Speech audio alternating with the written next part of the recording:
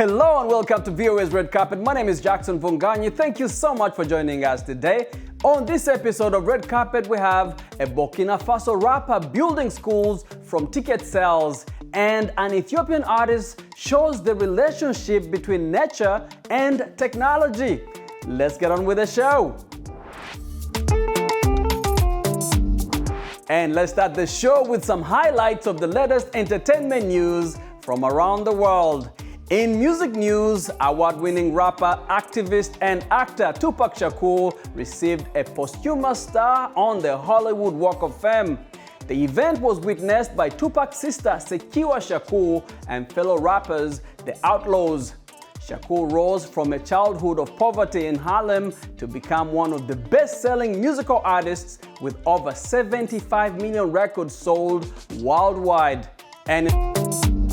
And now turning to more music news, Burkina Faso's struggles to contain militant violence has hobbled education in parts of the country. But one rapper is fighting back by building schools through ticket sales from his concerts. Let's take a look. At Ouagadougou's largest sports arena, Huguo Boss descends from the heavens wearing shining white wings. And to be fair to the Burkinabe rapper, real name Huguo, he can claim to be doing some good. A portion of each ticket sold has gone towards building a school. The first classrooms under Guba's One Concert, One School initiative are nearing completion. In Zabre, a village in Burkina Faso's central heartland, Guba swaps his wings for a hard hat as he oversees the works. To date, we started work on the foundations of 3 classrooms. We've also begun the assembly of the various walls, and we hope that by October we'll be able to start the first school year. Burkina Faso's battle against militants has faltered in recent months. That's created one of the world's fastest growing populations of internally displaced people. At the same time, access to education in Burkina Faso has been critically curtailed.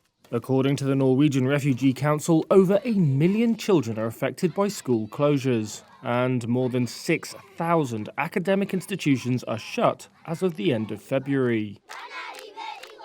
Today, with the insecurity here in Burkina Faso, we're witnessing a migration of populations from the north to the centre-east. When you arrive here in the centre-east, you see that there are classrooms initially designed to accommodate 30 pupils, but which end up with 80.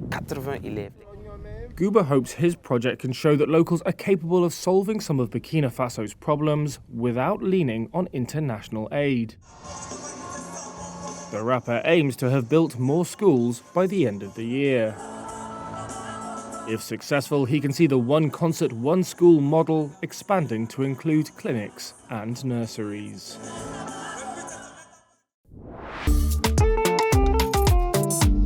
And now let's get some more music news. A project that is pushing African governments to allocate 1% of their budgets to the arts was launched with a concert hosting artists from across the continent.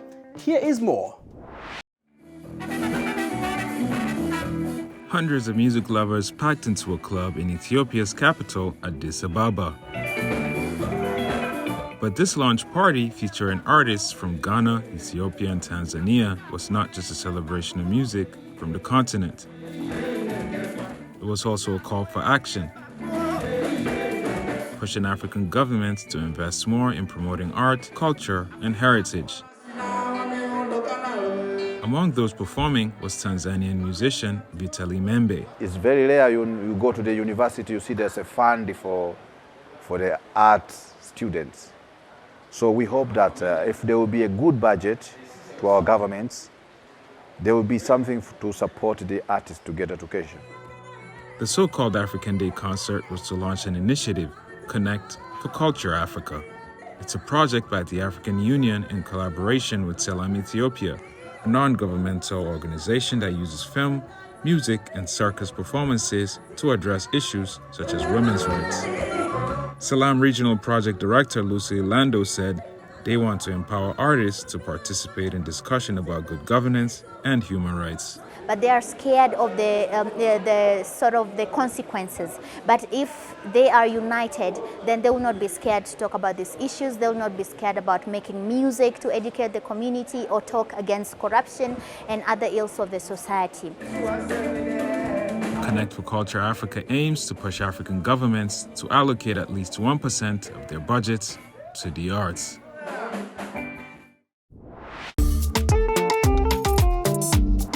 And still on music, Jonathan Butler is one of the most celebrated artists from South Africa. His music is a fusion of jazz, pop, and gospel music.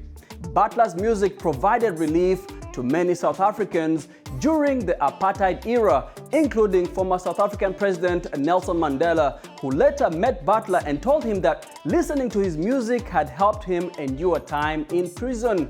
Jonathan Butler joined me to chat about his new album, Ubuntu, the first in 8 years.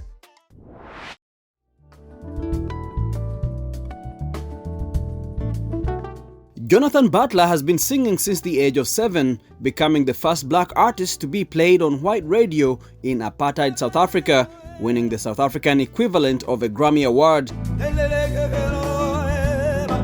He tells me that his new album, which was all recorded in South Africa during the COVID-19 pandemic, symbolized a full circle moment for him. The whole album was realized in South Africa, was recorded in South Africa with South African musicians. And so it really is, me coming full circle, going back to my roots. And I really appreciate the different genres, accepting my music over the years. But this is really something for me. It's a statement of, I like to say when a man comes of age, he wants to be among his people. He wants to be surrounded by his people. He wants to eat the food. He wants to have those conversations. Let's talk about your headspace when you're making this album. Is there something about the pandemic that elevated this concept of Ubuntu for you and for us as a global community that was suffering together? Yes, I think during the pandemic, especially because I had collaborated with a lot of different musicians and artists and songwriters, but the pandemic itself there was a stronghold. It had a stronghold on me, and like many things I take in very personally. So during the pandemic, we watched the lynching of George Floyd. We watched and witnessed millions of people daily dying, and we are all in pause position. The world is stopped, music stopped. The topics was what I was looking for. I was looking for something to say during the pandemic, about the pandemic, and also the last 4 years of the racial divide in America, which really kind of took me back to South Africa when I was a kid, growing up with whites only signs and wanting desperately to have the conversation with my white counterparts, musicians, to say, you probably have a blind spot. You don't know that you have white privilege, but can we have a conversation? Why this happened to George Floyd, and why is this impacting me so much, that the deaths of so many people, and also close friends of ours.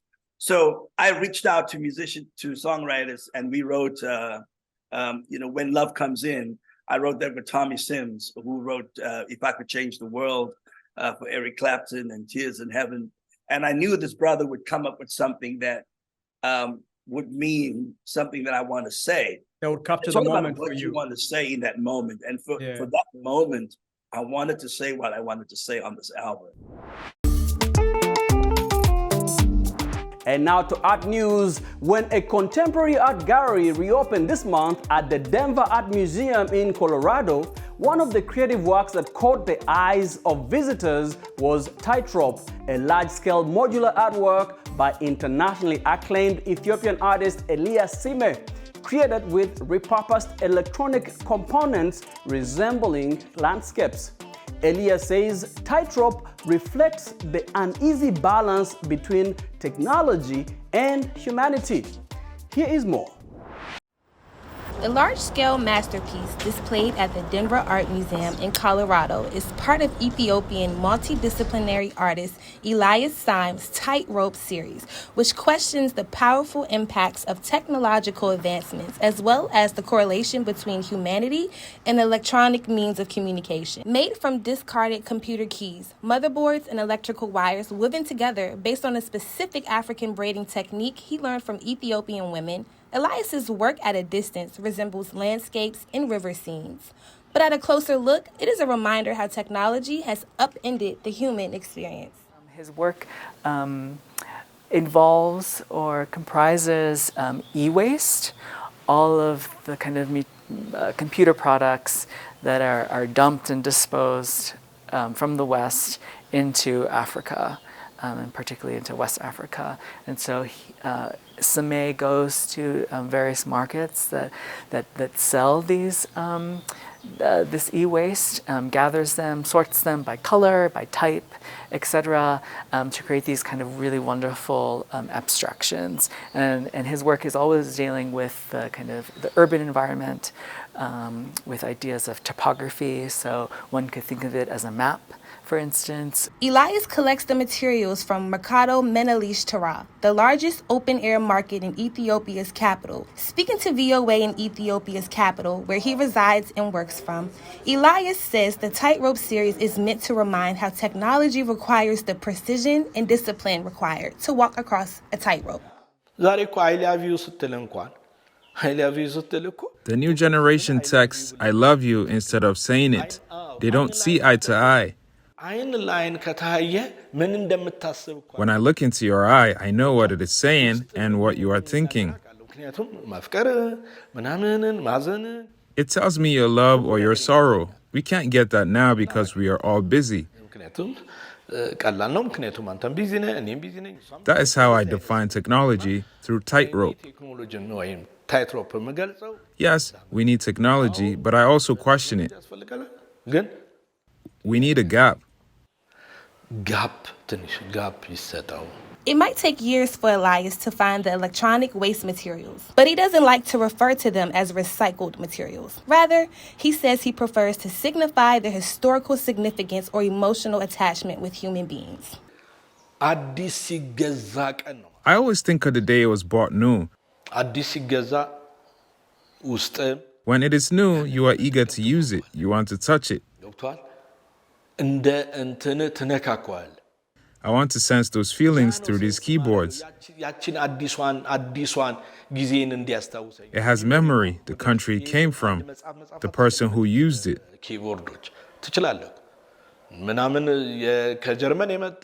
A whole book can be written with just one of these things. So this represents not only mine or yours, but the new generation as well. In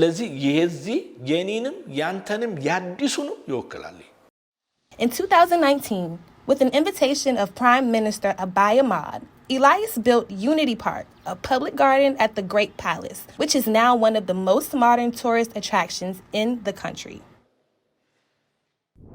Thank you so much for watching VOA's Red Carpet. My name is Jackson Vunganyi. For more entertainment news, remember to check us out at voaafrica.com. We are also on Facebook, on Instagram, and on YouTube. Do not forget to like, to share, and to subscribe.